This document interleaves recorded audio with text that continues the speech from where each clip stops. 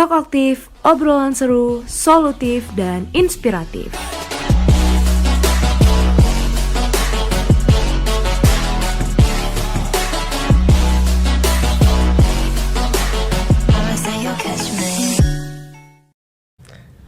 Halo semuanya, kembali lagi di Talk Aktif. Kali ini bersama aku, Faisal. Kali ini aku nggak sendiri nih teman-teman. Jadi kali ini aku bersama dari salah satu fungsionaris dari Advokesma, yaitu adalah Kak Devangga. Halo Kak. Halo, salam kenal Faisal, salam kenal teman-teman semua. Dan bener kayak yang dikatain Faisal, kalau dia nggak sendiri, aku nemenin dia karena dia sudah terlalu lama sendiri. Aduh, jangan gitulah Kak. Jadi berhubung topik yang mau aku bawa ini berhubungan banget nih Kak, kebetulan berkaitan sama dari advokasi gitu. Jadi Kakak kira-kira tahu nggak nih kayak tema yang mau aku bawain yang sekiranya berhubungan sama advokasi nih? Tema apa ya kira-kira yang berhubungan dengan advokasi? Nggak banyak sih dugaanku, tapi mungkin bisa kamu langsung kasih tahu aja, Sal. Oke, jadi langsung aku kasih tahu aja ya. Iya. Jadi untuk judul yang bakal aku bawain kali ini tentang kekerasan seksual Kak. Tapi lebih spesifiknya itu gimana sih upaya dan cara kita untuk mencegah agar tidak mengalami kekerasan seksual tersebut gitu Kak. Menurut Kakak gimana? Iya, kekerasan seksual ini memang sebuah isu yang sudah merebak sejak lama di kampus ya. Dan itu sangat-sangat miris kalau menurutku, karena kampus itu harusnya adalah ranah orang-orang yang menuntut ilmu, yang harusnya menjadi tempat pendidikan, tapi dikotori dengan perilaku-perilaku seperti itu kayak gitu. Betul. Jadi oleh sebab itu nih Kak, aku nih udah ngundang nih untuk guest aktif kita nih. Jadi dia nih dari Hope Health UB. Jadi dia selaku direktur lokal Hope Health UB sendiri. Luar biasa. Jadi langsung aja kita sambut ke Kak Adinda Valencia. Halo Kak. Halo. Halo, selamat siang Gisal, Devangga sama teman-teman semua. Halo. Gimana kabar Kak? Alhamdulillah sehat. Kalian berdua gimana, sehat? Alhamdulillah sehat juga. Alhamdulillah aku juga sehat setelah melihat senyumnya Kak Adinda ini. Wah, luar biasa. Kalau boleh tahu nih Kak, kesibukan Kakak nih akhir-akhir ini apa aja sih Kak? Oke, jadi kesibukan aku akhir-akhir ini di Hope Health tentunya kita lagi aktif juga, apalagi habis ini akan ada HAKTP ya, Hari Anti Kekerasan Terhadap Perempuan. Terus aku juga aktif di Badan Pengurus Inti di BMFBK Universitas Brawijaya. Jadi selama ini aku lagi aktif di kedua organisasi tersebut. Karena kebetulan untuk urusan perkuliahan aku udah kelar juga mata kuliah, lagi sibuk nyiapin magang, sibuk nyiapin proposal skripsi juga. Jadi mohon doanya juga ya teman-teman. Siap, Oke, Kak. semoga lancar ya Kak. Semoga Dan, lancar. Kakak bilang kakak dari BMFPK ya, itu di kementerian apa itu ya Kak? Aku sebagai Menteri Koordinator Pengabdian. Wah, Aduh. pengabdian. Oke. Mantap banget sih. Oke lah Kak, aku sebelumnya nih kan Kakak kan dari Hope Helps UB nih Kak. Aku sebelumnya pengen tahu nih Kak. Soalnya aku belum tahu apa-apa nih. Apa sih itu Hope Helps UB?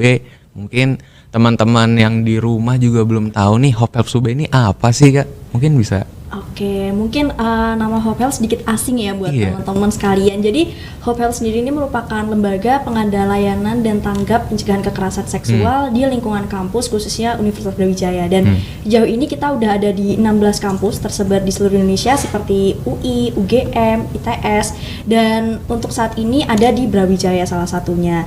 Dan Hope Health ini udah berjalan 2 tahun di Brawijaya. Kebetulan aku tahun kepengurusan kedua, dan kita memiliki 3 pelayanan, diantaranya yaitu pengada pelayanan dalam bantuan secara hukum, bantuan secara psikologis, dan bantuan lainnya. Jadi bantuan lainnya ini apabila dari korban semisal nih butuh pengaduan atau butuh bantuan ke pihak dekanat secara administrasi dan sebagainya, kita bisa ngebantu kayak gitu.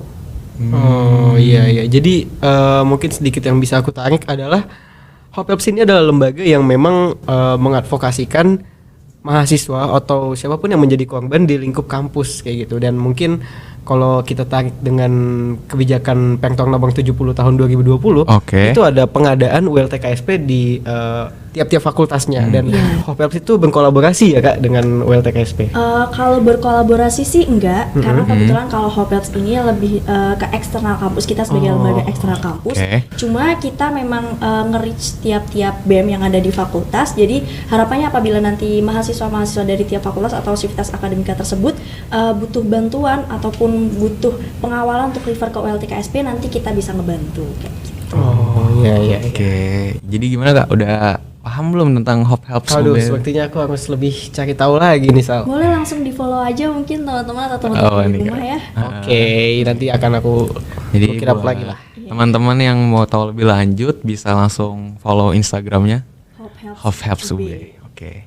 Jadi mungkin udah siap untuk melanjut ke pertanyaan selanjutnya Kak? Siap banget. Pertanyaan pertama sih lebih tepatnya. Oke, pertanyaan pertama. Ini kita santai aja kok, nggak terlalu kayak kuis di kelas gitu. Santai aja Kak.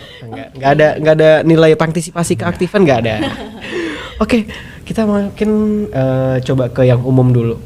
Kekerasan seksual itu sebenarnya apa gitu, dan kenapa ini tuh menjadi suatu hal yang berbahaya kayak gitu Kak? Oke. Mungkin berbicara tentang definisi kekerasan seksual ya, aku mengutip dari Permendikbudristek Dikti nomor 30 tahun 2021, bahwasanya segala bentuk tindakan baik itu merendahkan, melecehkan, menghina, menyerang anggota tubuh dan fungsi reproduksi manusia yang disebabkan adanya ketimpangan relasi kuasa, ketimpangan relasi gender, sehingga itu berakibat terhadap penderitaan baik itu secara fisik, psikis, kesehatan reproduksi manusia, dan juga menghapus kesempatan seseorang untuk dapat menempuh pendidikan tinggi secara aman dan optimal. Nah, kalau tadi ditanyain kan apa sih bahayanya gitu ya? Bahaya jelas banyak banget. Yang pertama bisa secara fisik, misal mengalami cedera atau mungkin gangguan kesehatan reproduksi. Lalu juga meningkatnya potensi infeksi menular seksual atau IMS. Karena kan kita nggak pernah tahu ya pelaku ini track recordnya seperti apa, apakah dia emang tipikal orang yang sehat dalam berhubungan gitu. Dan berikutnya ada dampak secara psikisnya, gangguan mental dari korban, lalu mengalami trauma yang berkepanjangan, dan juga ada kerugian secara ekonomi, mungkin adanya pemerasan dan sebagainya gitu. Dan untuk tindak kekerasan seksual ini mencakup berbagai aspek, contohnya secara verbal, fisik, non fisik, dan juga melalui teknologi dan informasi, kayak gitu sih kurang lebihnya. Mungkin aku masih kurang paham sih Kak, ini maksudnya dari verbal terus kayak ada fisik itu, mungkin bisa Kakak jelasin kayak contohnya gimana gitu? Oke, jadi kekerasan verbal itu dapat melalui kata-kata, dan non fisik itu tidak adanya kontak fisik secara langsung, misal kayak catcalling atau mungkin bisa aja kayak misalnya kita ngegoda-goda gitu kayak catcalling itu tadi. Nah, kalau misalnya fisik touching secara langsung, misal meraba atau mungkin memegang area-area sensitif. Terus kalau melalui teknologi informasi dan komunikasi yang sekarang lagi sering banget ada NCII atau non consensual intimate image kayak gitu. Berarti, berarti bisa juga dengan bahasa isyarat pun bisa gitu ya? Iya benar. Kayak misalnya kan yang lagi viral juga kemarin ya, bahwasanya bersiul lalu menatap secara, nah dapat masuk ke kategori seksual. Iya. Contohnya aja catcalling ya, catcalling kita goda-goda orang atau mungkin ada sorot mata yang terlalu intimidatif yang mengarah ke tindak kekerasan seksual seperti kayak itu. Oke, baik. Berarti dari omongan aja itu udah bisa masuk ke kekerasan seksual sendiri itu ya? Bener banget. Nah kalau misalnya teman-teman mengulik lebih dalam ya di Permendikbudristek Dikti itu udah mengupas lebih detail lagi bentuk-bentuk kekerasan seksual gitu. Iya. Dan itu juga diatur juga dalam undang-undang yang baru itu, undang-undang TPKS tahun 2022. Mungkin bisa dicari juga dari situ sumbernya. Tapi aku pengen tahu lagi, tadi Kakak juga nyebutin soal dampak mental. Gitu. Iya. Miskonsepsi yang sering terjadi adalah dampak fisik itu lebih parah daripada dampak mental. Padahal seperti yang kita tahu itu dua-duanya ya sama-sama penting. Benar, gitu ya Kak ya. Iya. Oke. Aku udah mulai paham sih berarti. Terus aku mau nanya juga nih Kak, kenapa sih pelecehan seksual itu bisa sering terjadi gitu, terutama di perkuliahan gitu Kak? Oke.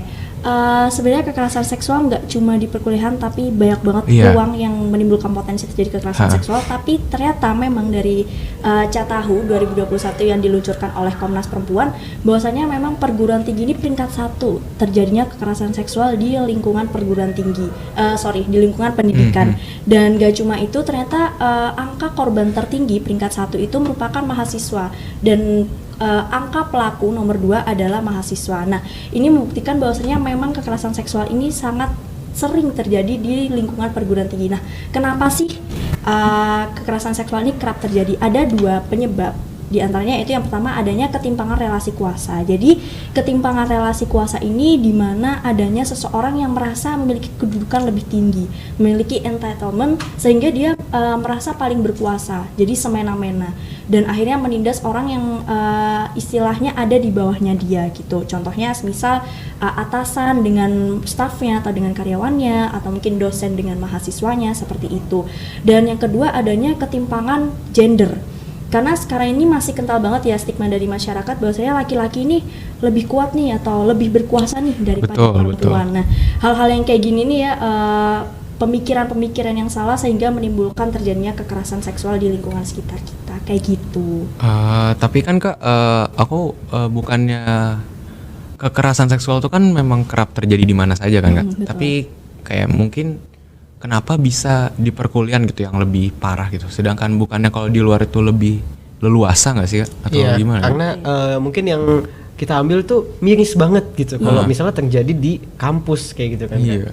Oke, kenapa kerap banget terjadi di lingkungan kampus? Yang pertama mungkin dapat disebabkannya karena kurangnya ruang aman dan nyaman akan bebas kekerasan seksual di lingkungan kampus. Seperti yang kita ketahui juga ya, kalau di Permendikbud sudah ada arahan pembentukan pansel dan juga satgas, dan di Universitas Brawijaya ini kan masih belum terdengar rilisnya gitu, walaupun kemarin sudah open recruitment dan sebagainya gitu. Nah, hal ini yang mungkin membuat teman-teman ini memiliki kurang percaya atau kurang merasa aman apabila di lingkungan kampus gitu. Jadi makanya udah tugas kita juga buat sama-sama kita mengawal dalam pembentukan pansel, pembentukan satgas, dan nanti dalam pengimplementasiannya kayak gitu. Gimana nih Kak? Paham. Iya, jadi sebenarnya mungkin memang masih belum aja gitu ada wadah yang memang membuat kita sebagai mahasiswa itu merasa aman, dan itu dimanfaatkan oleh pelaku gitu. Iya, betul banget. Mungkin aku pengen nanya lagi gitu, gimana sih misalkan kita sebagai orang terdekat itu tahu kalau seorang itu lagi mengalami kekerasan seksual gitu kan? Oke, sebenarnya kalau misalnya kita tahu atau enggak seseorang itu mengalami kekerasan seksual itu nggak bisa kita generalisir, karena tiap orang itu memiliki respon yang berbeda-beda apabila tindak kekerasan seksual menimpa dirinya. Cuma yang bisa kita lakukan apabila kita melihat seseorang mengalami tindak kekerasan seksual itu ada istilahnya 5D. Yang pertama ada direct, ada distract, delay, delegate, dan dokumen. Nah, direct ini dapat dengan menegur secara langsung. Jadi kalau kalian lihat tindak kekerasan di depan kalian bisa langsung menegur dari pelaku kayak, "Hei, kamu ngapain?" kayak gitu. Atau mungkin yang kedua ada namanya delay, yaitu menunda. Nah, bisa aja ketika kalian melihat kejadian itu, terus kalian mendekati korban dan tanya kayak, "Ini jam berapa ya?" Atau "Kamu mau kemana?" Jadi pelaku ini langsung ke distract, "Oh, ada orang yang nyadar nih, ada orang yang ajak ngomong nih." Iya. Nah, terus yang ketiga ada yang namanya delegate. Nah, ini apabila teman-teman ngerasa kayak, "Aduh, aku nggak berani nih negur, aduh aku takut nih." Nah, bisa dengan delegate. Kalau misal kalian ngeliat di sekitar kalian, kayaknya Pak ini memiliki keberanian deh, bilang ke bapaknya kayak, "Pak, mohon maaf, di depan ada orang yang melecehkan, bisa bantu saya untuk negur." Nah, itu poin dari delegate. Terus yang keempat itu ada namanya dokumen. Nah, kalian bisa mendokumentasi tindak kekerasan seksual tersebut dengan catatan bukan untuk diviralkan, tapi apabila dari korban nih, misalnya kalian udah melihat tindak kekerasan seksual itu berakhir, kalian mendekati korban, kalian bilang kayak, "Sorry ya, aku tadi ngelihat kejadian ini, kamu gimana perasaannya?" Kalian pendekatan, tanya-tanya, terus kalian bilang, "Kalau misal kamu butuh pelaporan, nanti bilang aku ya, ini aku ada buktinya." Nah, itu kayak gitu. Terus tadi ada distract, delay, direct, dokumen, delegate udah 5 gitu. Oke. Jadi banyak banget upaya preventif yang bisa kita lakukan gitu, Sal. Dan itu nggak menjadi alasan lagi buat kita, misalkan kita bilang kita nggak berani atau segala macem atau nggak berani ikut campur. Itu banyak banget metode yang bisa kita lakukan gitu. Oke, tapi ada nggak sih, itu kan mungkin dari kita ya kalau misalkan cara kita upaya kan.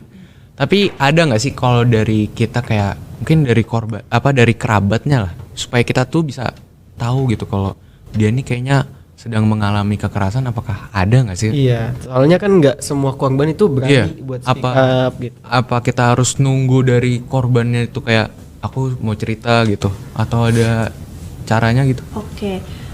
Balik lagi ya ke respon tiap orang-orang itu kan memang berbeda ya. Jadi kita nggak bisa menebak-nebak nih orang kayaknya lagi ngalamin kekerasan seksual gitu, nggak bisa. Betul. Nah, kalaupun kita kayak mendesak gitu istilahnya, kamu kenapa, kamu habis ngalamin ini itu juga nggak baik juga karena kita biarkan korban memang menceritakan apa yang ingin ia ceritakan gitu.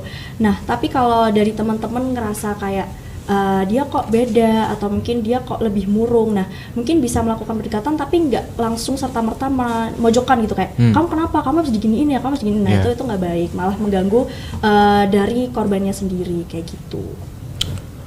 Jadi caranya mesti lebih halus lah istilahnya gitu. Tapi ada nggak kayak yang menonjol gitu, mungkin dari kita bisa tahu nih kalau orang itu tuh kayaknya dia lagi mengalami gitu? Nggak bisa. Oh nggak bisa ya, berarti? Karena emang tiap orang punya responnya sendiri-sendiri gitu. Oke. Aku juga mau nanya nih Kak, kenapa sih rata-rata nih korban dari kekerasan seksual ini lebih memilih untuk diam gitu daripada untuk menceritakan atau melaporkan masalah tersebut? Oke. Yang pertama, dikarenakan saat ini tuh masih kental banget ya stigma dari masyarakat tentang korban kekerasan seksual. Banyak banget orang itu ketika ngedengar gitu ya berita kekerasan seksual pasti kayak bertanya-tanya, hah kok bisa sih? Oh jelas aja kayak gitu. Nah itu jadi stigma masyarakat yang masih salah terhadap korban kekerasan seksual. Dan berikutnya ada yang relate juga, yaitu ada reviktimisasi. Jadi keadaan di mana korban kembali lagi menjadi korban. Jadi korban yang mulanya udah berani untuk speak up, berani untuk melapor, bercerita ke teman sekitar, tapi karena ada stigma yang salah, akhirnya korban ini kembali menjadi korban atas penghakiman dari masyarakat. Contohnya kayak menyalahkan korban, jelas aja kamu pakai baju kayak gitu, makanya kamu dilecehin. Kan padahal itu hal yang salah ya. Betul. Nah akhirnya terjadilah reviktimisasi, dan orang-orang pun yang melihat kejadian tersebut, yang mungkin dia ngerasa kayak aku mau speak up nih, aku mau cerita nih, nah melihat kejadian itu kan jadi kayak takut, nanti aku malah diserang gitu. Terus yang ketiga, minimnya dan kurangnya tercipta ruang yang aman dan nyaman dari kekerasan seksual di lingkungan sekitar kita. Nah makanya tadi sempat aku mention juga ya terkait Permendikbudristek Dikti nomor 30 2021, bahwasannya tiap-tiap perguruan tinggi itu diwajibkan untuk membentuk pansel yang nantinya akan terbentuklah Satgas. Nah makanya udah sepatutnya nih kita sama-sama mengawal pembentukan Satgas agar segera tercipta ruang yang aman dan nyaman dari kekerasan seksual gitu. Iya, dan mungkin menambahkan lagi terkait reviktimisasi tadi yang disebutkan Kak Dinda. Kalau itu juga dampaknya bukan cuma ke korban yang jadi semakin takut, tapi juga pelaku ketika melihat, oh ternyata korbannya lebih dipojokkan, itu membuka kesempatan lagi buat mereka gitu kan. Iya benar. Pelaku jadi ngerasa kayak, oh ternyata nggak salah nih yang aku lakuin, aku malah dibelain nih sama orang kayak gitu. Benar. Jadi itu yang kayak menyebabkan jadi korban tuh jadi nggak mau cerita gitu ya? Iya benar. Terus juga tadi kakak bilang kan juga lingkungan ya, mungkin lingkungan yang kurang aman gitu ya. Iya. Jadi gimana tuh Kak? Mungkin ada nggak sih caranya supaya kita bisa tahu nih lingkungan yang baik buat kita atau gimana gitu Kak? Oke. Lingkungan yang aman dan nyaman ini tidak serta-merta berbentuk lingkungan secara fisik ya, tapi bisa berupa ini nih misalnya di Brawijaya udah proper nih terkait bantuan hukum, udah ada transparansi nih terkait penanganan kasus kekerasan seksual. Jadi mahasiswa atau sivitas akademika UB ngerasa kayak ini loh udah terciptanya lingkungan yang aman dan nyaman kayak gitu. Gimana? Iya aku sebenarnya lebih masuk ke pertanyaan yang berikutnya gitu. Tadi kita berkutat di preventifnya. Bagaimana dengan represifnya?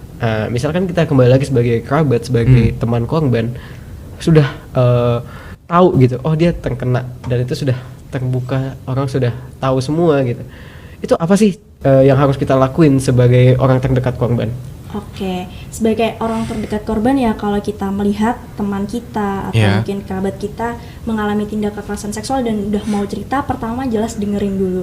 Biarkan dia menceritakan apa yang emang dia mau ceritakan gitu. Jangan dipaksa, jangan terlalu dipojokkan juga, dan kita jangan terlalu banyak bertanya-tanya gitu. Kok bisa? Kenapa? Gimana gitu. Nah, biarkan dia emang let it flow aja gitu loh, mau ceritanya kayak gimana. Dan teman-teman bisa memberikan yang namanya PFA atau psychology first aid atau penanganan pertama di psikologisnya, dengan harapan dampak psikologis nanti yang diterima oleh korban tidak semakin dalam gitu.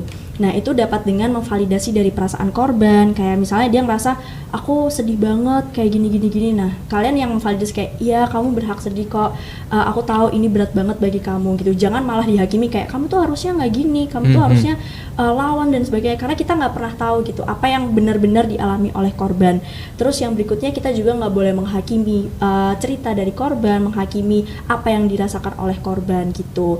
Nah, selanjutnya kita sebagai kerabat nih, kita sebagai jembatan apabila dari korban membutuhkan bantuan. Contohnya, aku ngerasa mental aku kena nih, atau mungkin aku ngerasa ngedown nih, aku boleh nggak dibantuin ke lembaga yang lebih berwenang. Nah, itu teman-teman sebagai jembatan bisa mencari-cari referensi, oh lembaga apa sih yang menangani kekerasan seksual, lembaga apa sih yang memiliki bantuan secara psikologis gitu. Contohnya seperti di Hopelps tadi yang udah sempat aku jelasin. Betul. Gitu.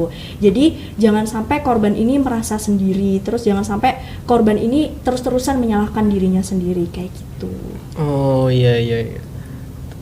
Itu menarik sih Kak. Poin yang menarik adalah ketika kita harus gak boleh ngejudge, kita harus memvalidasi perasaan korban. Sekarang gini Sal, realitasnya kekerasan seksual itu bukan cuma kepada perempuan, bisa juga kepada benar. laki-laki. Walaupun mungkin jauh lebih sedikit kasusnya. Betul. Nah, sekarang gini, misalnya laki-laki sama laki-laki gitu cerita, aku dilecehkan kayak gini, itu ya biasanya laki-laki tuh kayak kayak gitu doang lu, kayak gitu kan responnya ya kan. Nah, itu tuh sesuatu yang sebenarnya toksik gitu ya Kak ya. Iya benar banget. Nah, hal-hal yang kayak gitu tuh loh yang ngebangun stigma dari masyarakat kayak, oh ternyata laki-laki tuh nggak bisa dilecehkan ya, oh ternyata aku kayak gini tuh lemah ya karena aku ngerasa kok aku nggak bisa ngelawan, aku ngerasa kayak kok aku jadi ngerasa ngedown karena dilakukan hal tersebut ke aku gitu. Karena aku sering banget ya ngejumpai teman-teman gitu yang istilahnya lagi bercanda gitu kayak enggak kamu biasa aja, itu mah kalau cowok-cowok mah emang bercandanya kayak gitu. Nah, itu kan hal-hal yang salah ya, yang harus segera dibenarkan kayak gitu. Benar-benar itu jadi sesuatu hal yang dinormalisasi kayak gitu. Nah, itu kan padahal hal yang salah banget. Dan kalau kamu tahu, itu jadi domino efek. Ketika suatu statement pelecehan seksual itu dinormalisasi, oh ini bercandaan, diketawain aja nggak ditegur, maka akan semakin berani pelaku ini. Dan mungkin bisa berlanjut ke pelecehan seksual yang fisik. Lalu ketika ditegur atau ketika akhirnya itu ditindak, dia akan bukannya itu cuma bercandaan. Nah, itu yang parah. Jadi kayak semakin lama tuh semakin menaik terus gitu. Karena aku bercanda kayak gini biasa aja, nggak ada yang ini kok. Mereka juga seneng-seneng aja liatnya gitu. Iya, itu kadang jadi counter dari pelaku sih. Ketika dia diserang kayak, kok kamu kayak gini? Enggak, aku bercandaan aja, teman-teman aku juga ketawa gitu. Padahal korban merasa dia terserang kayak gitu. Berarti kita salah dong Kak, kalau misalkan ya dari teman kita ada yang mengalami kekerasan tersebut gitu, terus kita kayak nanya-nanya, kenapa kok bisa kayak gini tuh salah dong berarti kita. Iya, jadi biarkan dia cerita apa yang emang mau dia cerita gitu, jangan terlalu dipaksa karena takutnya ya nge-trigger dia, terus dia malah ke flashback kronologisnya kayak gimana, terus dia ngerasa kayak semakin ngedown mentalnya, semakin istilahnya dia semakin trauma lah terhadap kejadian yang udah menimpanya gitu. Jadi biarkan dia bercerita apa yang ingin dia ceritakan, karena ketika dia bercerita dia udah siap gitu menceritakan ke kitanya gitu. Iya. Harus nunggu jadinya, harus nunggu dari korbannya dulu mau Atau bercerita, speak up. Iya, Iya. Kayak kamu menunggu kepastian dari dia yang tak kunjung datang. Nunggu dianya dulu speak up. Nunggu dia dulu speak up. Jangan deh Kak. Tapi emang iya sih, kayak yang hal yang tadi tuh. Misalkan kau punya teman dekat yang sama-sama cowok gitu ya, dan gini, semua manusia pasti punya salah. Saat dia masih kesalahannya ringan ya walaupun itu statement yang mengarah ke pelecehan seksual, lebih baik kamu tegur aja gitu. Mungkin kalau nggak berani di depan forumnya atau nggak enak, kau bisa tegur dia secara pribadi gitu. Iya, benar. Sebelum dia berlanjut ke tahap pelecehan yang lebih tinggi gitu. Takutnya akhirnya dia ditindak, dia mendapat hukuman yang lebih berat lagi dan dia nggak tahu kalau itu perbuatan yang salah sebenarnya. Oke. Tapi ini Kak, apa namanya? Kan tadi aku denger nih Kakak bilang ada macam-macam dari bentuk kekerasan seksual tuh. Nah, kalau dari cara kita ngadepin yang kan banyak nih sekarang udah era digital banget gitu kan. Kalau kayak cara mengatasi kayak gitu gimana ya Kak? Kayak misalkan kita diancam takut disebar atau gimana-gimana gitu. Itu gimana tuh Kak? Di sisi lain kan kita mungkin dari korban pengen speak up, tapi juga ada ancaman dari pelaku gitu. Itu gimana ya Kak? Oke, mungkin aku nanggepin dulu gimana caranya kita mencegah ya tindak kekerasan seksual khususnya di era digital sekarang. Nah, mungkin kalau dari kita pribadi dapat mulai menjaga privasi kita. Contohnya lebih sering-sering nih ngeriset kebijakan dalam bersosial media gitu. Mungkin teman-teman bisa sambil baca-baca kalau misalnya di sosial media ada namanya SafeNet. Jadi kita bisa cari-cari nih info-info, oh ternyata hal-hal kayak gini loh yang dapat mencegah kekerasan seksual. Jadi kita juga aktif-aktif mencari informasi juga. Nah, gimana caranya kalau korban yang diperas gitu ya istilahnya oleh pelaku. Nah, itu kita dapat melaporkan di pihak yang emang berwenang, pihak lembaga pencari keadilan gitu. Karena dengan kita melapor dan ada pendampingan secara langsung dari pihak yang berwenang, maka penanganan-penanganannya nanti juga akan lebih tepat lagi kayak gitu. Pasti lebih tepat berarti kayak. Iya. Tapi kalau misalkan emang caranya itu harus dengan cara berbicara ke pihak yang lebih berwenang gitu Kak. Tapi itu udah pasti bakal bisa gitu menyelesaikan dari suatu kayak kasus kayak gitu. Oke, ini aku berbicara tentang lembaga pencari keadilan ya, seperti lembaga bantuan-bantuan lainnya. Nah, nantinya kan kita juga akan berkonsultasi ya kalau ngomongin tentang bantuan hukum. Nantinya dari pihak tersebut yang memilah-milah nih, oh ini bagian ini, bagian ini, bagian ini. Jadi biar penangannya lebih tepat. Beda kalau misalnya kita langsung nih, kita nggak ngerti kan, takutnya ntar malah dari pelaku ada celah ke kita, terus nanti dari kitanya akan diserang lebih lagi, akan ada pemerasan yang lebih lanjut lagi kayak gitu. Jadi alangkah baiknya kita membantu korban untuk ke lembaga pencari keadilan seperti itu. Oke. Ada nggak sih Kak? Aku juga mau nanya nih, kalau kayak gitu ada nggak kayak penanganan nih untuk korban nih yang mengalami kekerasan seksual nih supaya bisa pulih lah dari peristiwa tersebut lah? Oke, kalau ngomongin supaya cepat pulih itu sebenarnya balik lagi ke tiap-tiap korbannya seperti apa. Karena kita nggak pernah tahu nih apa yang saat ini dirasakan oleh korban. Cuma yang kita bisa lakukan adalah berupaya agar korban ini dapat segera bangkit gitu. Nah, yang pertama dengan menciptakan ruang aman dan nyaman yang dari tadi sempat aku sampaikan ya. Karena apabila lingkungannya sangat suportif, terus sangat aman dan dia merasa sudah nyaman terhadap lingkungannya, maka lambat laun korban kembali diberdaya atau korban kembali merasa kuat kembali. Jadi harapan-harapan kita agar korban segera pulih atau korban dapat bercerita kembali itu akan lebih cepat lagi gitu. Nah, yang berikutnya dapat dengan kita mengawal isu-isu kekerasan seksual yang ada di lingkungan sekitar kita gitu. Jadi jangan cuek gitu sama isu lingkungan, isu kekerasan seksual yang ada di lingkungan kita, karena peran kita ini sangat berarti gitu, sekecil apapun dalam penanganan tindak kekerasan seksual khususnya di lingkungan perguruan tinggi. Jadi kayak gitu. Jadi kita nggak boleh cuek nih ya Kak, nggak boleh cuek. Kamu jangan cuek. Karena tuh kadang orang-orang ngerasa kayak nggak mau ikut campur biar kan hal yang salah ya, padahal korbannya butuh banget loh support dari kita semua kayak gitu. Maka intinya apatisme itu bukan sesuatu yang dinormalisasi kembali lagi gitu. Iya. Aku masuk ke pertanyaan berikutnya gitu ya Kak. Gimana kita sebagai mahasiswa itu mencegah agar nggak terjadi lagi kasus kekerasan seksual di lingkup kampus gitu Kak? Betul. Oke, gimana cara kita mencegah ya? supaya tindak kekerasan seksual ini nggak terjadi di lingkungan kampus. Yang pertama dimulai dari lingkaran terkecil kita dahulu, dari teman-teman atau orang-orang di sekitar kita. Jadi seperti yang tadi udah sempat kita singgung ya, jokes yang mengarah ke nada sensual, nah itu bisa langsung kita tegur, kita bilang kayak kamu nggak boleh kayak gitu, ini tuh termasuk ke tindak kekerasan seksual, jangan diterusin gitu. Nah maka dimulai dari lingkaran terkecil tersebut, maka akan mempercepat gitu lingkungan-lingkungan yang sekitarnya agar lebih aware lagi terhadap kekerasan seksual. Nah, yang berikutnya yaitu sama-sama kita ciptakan lingkungan yang aman dan nyaman dari kekerasan seksual. Kita lebih kritis lagi dalam menghadapi atau mengawal isu-isu kekerasan seksual yang ada di lingkungan sekitar kita. Jangan terlalu apatis juga, sama-sama kita kawal karena support dari kita semua ini sangat berarti buat korban yang ada di luar sana. Nah, dengan langkah-langkah tersebut harapannya dapat mempercepat atau benar-benar membentuk ruang yang aman, ruang yang nyaman, bebas dari kekerasan seksual. Jadi tindakan-tindakan kekerasan seksual ini akan lebih cepat teratasi, lebih cepat tercegahnya kayak gitu. Ya, sekali lagi ngambil sudut pandang dari misalnya pelaku. Oke. Kalau mereka ngelihat lingkungan sekitarnya itu sudah siap dalam menghadapi kekerasan seksual, mereka akan berpikir 2-3 kali gitu. Dan itu adalah suatu tujuan yang sebenarnya bisa kita capai bersama gitu. Itu upaya kolaboratif ya Kak. Iya, benar banget. Tapi ada nggak sih Kak, kan Kakak bilang sendiri kita kan harus pintar-pintar lingkungan yang baik gitu ya, buat lingkungan yang baik. Ada nggak sih caranya supaya kita nih menciptakan lingkungan yang baik itu, terutama di lingkup kampus ini kan kita nggak, karena kita udah banyak lingkungan di sini lah ya. Jadi cara membuat lingkungan yang baik di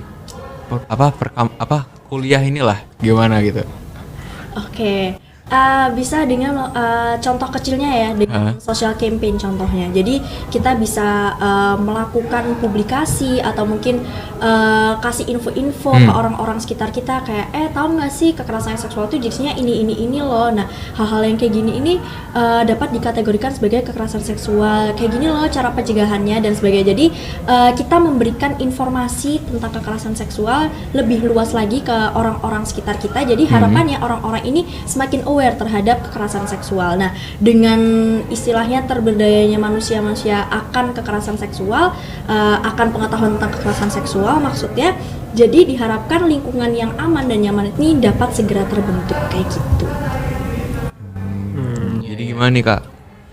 Menurut Kakak? Ya aku kembali lagi sih ke kesimpulan awal. Upaya kolaboratif kita untuk menciptakan lingkungan yang aman, yang nyaman daripada kasus kekerasan seksual ini harus terus kita galakkan gitu.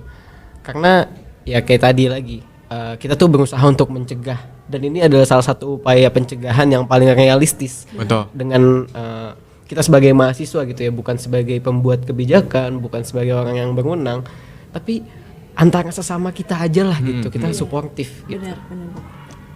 Oke. Tapi aku boleh nanya nggak sih Kak, kayak misalkan itu kan kita kan ngomongin kayak buat orang yang cara kita untuk mencegah lah ya.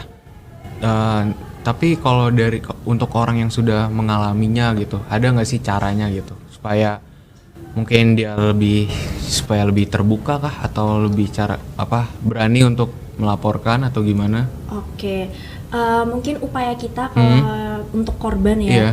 Balik lagi, kalau misalnya agar berani, agar mau bercerita atau agar berani untuk melapor, itu kembali lagi ke tiap-tiap orangnya, tiap-tiap dari korbannya. Cuma yang bisa kita lakukan adalah senantiasa berada di sisi korban, atau juga senantiasa kita mendengarkan cerita dari korban apabila korban sudah berani untuk bercerita, dan berikan ruang yang benar-benar nyaman buat korban untuk bercerita. Jangan dihakimi atau mungkin jangan bertanya-tanya yang terlalu mendalam apabila dia tidak ingin dipertanyakan lagi gitu. Jadi hal-hal yang kayak gitu yang dapat kita lakukan kepada korban, terutama apabila korban ini berada di lingkungan sekitar kita gitu. Oke. Berarti kalau udah sifatnya untuk mungkin kalau buat berada di si korban, nanya-nanya yang kayak biasa itu nggak apa-apa lah, oke.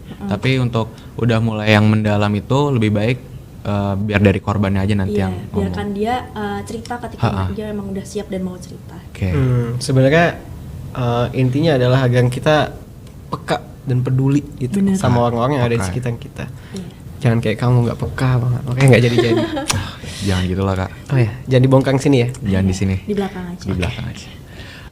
Oke, mungkin nggak kerasa nih. Ternyata tadi itu udah pertanyaan terakhir mungkin. Sebelumnya mungkin aku sama Kak Devangga mau nyampein rasa terima kasih banyak dulu buat ke Kak Dinda karena udah menyediakan waktu untuk bersedia ngobrol di Talk Aktif ini. Terima kasih Kak. Oke, makasih banyak juga ya teman-teman khususnya dari FEB juga yang udah mengundang dari Hope Helps Universitas Brawijaya. Maaf juga ya kalau ada kurang-kurangnya teman-teman. Lebih banyak kurangnya di kita kok. Makasih banyak ya. Mungkin boleh nih aku mau mungkin kakak ada sepatah atau dua kata untuk closing statement pada kali ini untuk acara hari ini. Oke, mungkin untuk teman-teman pendengar sekalian, khususnya pertama untuk korban, jangan takut, jangan merasa sendiri karena kalian itu luar biasa sekali. Kita ada di sisi kalian. Dan untuk penyintas di luar sana, terima kasih banyak kalian sudah bertahan hingga sejauh ini. Kalian sangat luar biasa.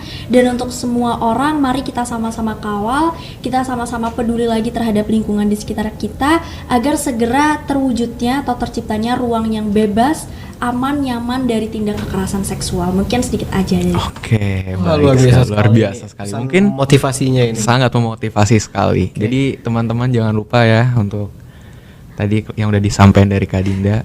Mungkin dari Kak Devangga juga mau nambahin kali. Mungkin. Closing statement. Ya, sebenarnya nggak banyak yang aku tambahin gitu. Siap. Cuman gini, mahasiswa adalah calon-calon penerus bangsa.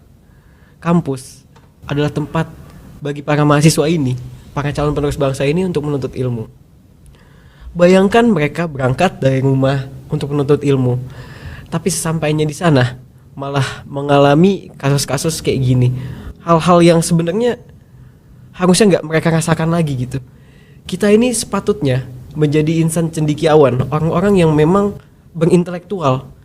Tapi kenapa masih marak perilaku-perilaku cacat moral yang layaknya binatang seperti ini? Kita harusnya sudah bergeser ke hal-hal yang lebih krusial, hal-hal yang lebih progresif sifatnya. Namun jangan sampai kita menciptakan lingkungan yang justru malah membahayakan bagi sesama gitu.